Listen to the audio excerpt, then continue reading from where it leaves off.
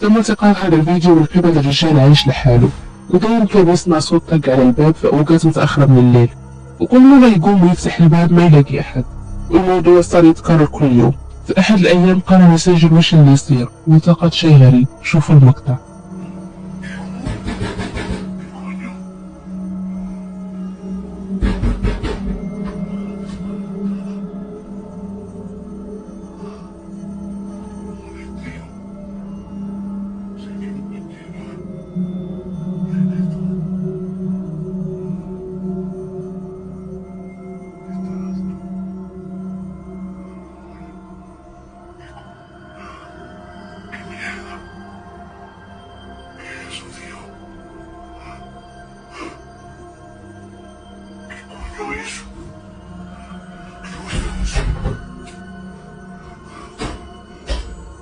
وهو واقف جنب النافذة سمع نفس الطق المزعج، ويوم فتح النافذة شاف شخصية غريبة جدا قاعدة تراقبه من بعيد.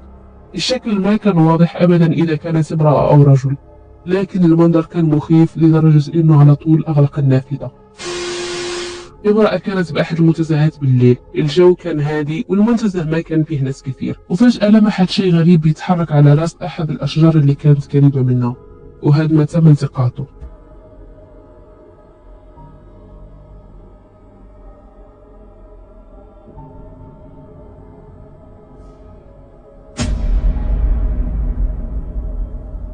التسجيل كان واضح، ظهر وجه من خلف الشجرة على هيئة امرأة شكلها مخيف وكأنها بتراقبها من بعيد، وبعدها اختفت بسرعة.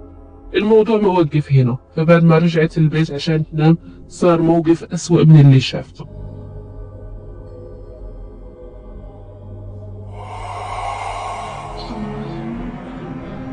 Bang? Bang? Bang, sini bang. Bang? Itu apa tadi bang? Itu. Tadi ada hitam-hitam di situ bang. Ada hitam-hitam di situ bang.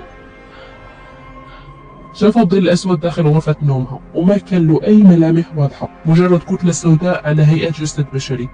بدأت تصارخ وتنادي أخوها، ويوم دخل الغرفة ما شاف أي شيء لأنه الظل كان اختفى. تعتقدوا إنه الظل له علاقة بالوجه اللي شافه خلف الشجرة، أو الموضوع كله مجرد خبرة؟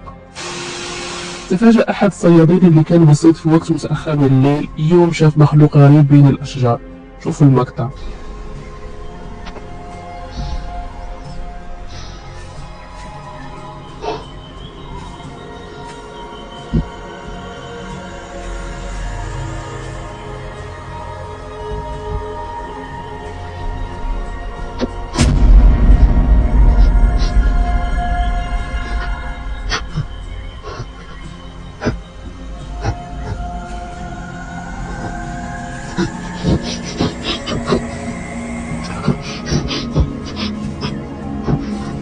لمح مخلوق غريب بين الأشجار، شكله غريب ومخيف، جسمه نحيف وعيونه كانت تلمع كأنها مصابيح. المخلوق هذا يشبه الفضائيين اللي بنشوفهم بالأفلام. ولما لاحظ وجود الصياد اختفى بسرعة. الصياد من الرعب اللي حس فيه ترك الغابة على طول. الصياد ما رجع طور أي شيء بعد هذا الحادث، وما في تفاصيل كثيرة عن اللي صار.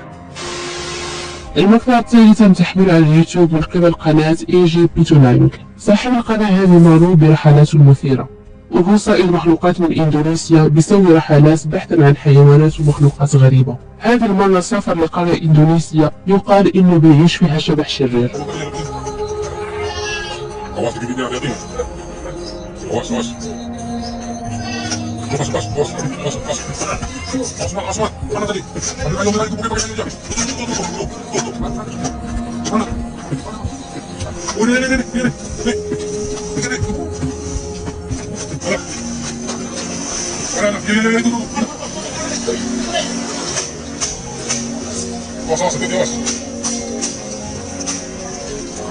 Mana dia?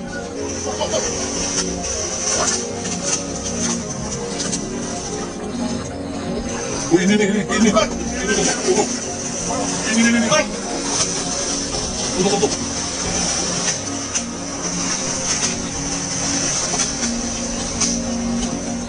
Bentar.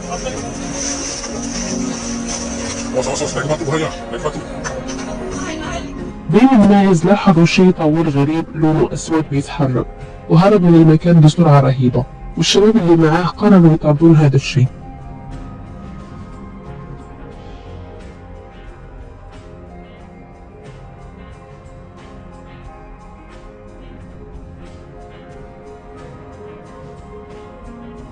بعد ما طلعوا من النهر لمحوا مخلوق بيتحرك فوق الصخرة، كان شبه الشيء اللي ظهر أول المقطع، لكن هالمرة شكله كان مختلف شوي. تعتقدوا هذا المقطع حقيقي؟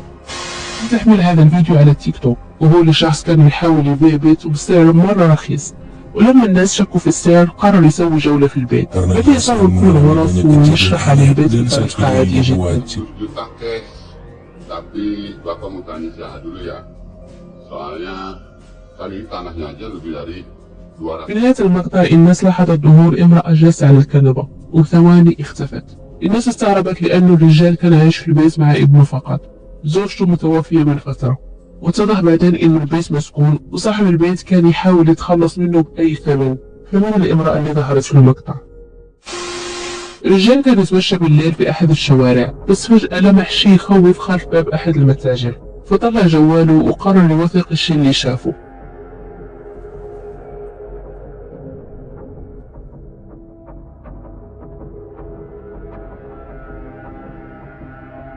اللي ظهر قدامه كان وجه ملامح تخوف، النظرات كانت حادة وكأنها بتطالع فيه مباشرة، والغريب إنه ما كان يرمش. في الأول اعتقدت إنه موديل أو ممكن ملصق، لكن الملامح كانت دقيقة جدا لدرجة تحس كأنه شخص حقيقي. أحد مستخدمي ريديت شارك مقطع فيديو للحظة التقطتها كاميرات المراقبة بأحد الشوارع في رومانيا، وأظهرت مخلوق أو شيء يشبه إنسان ماشي بالشارع.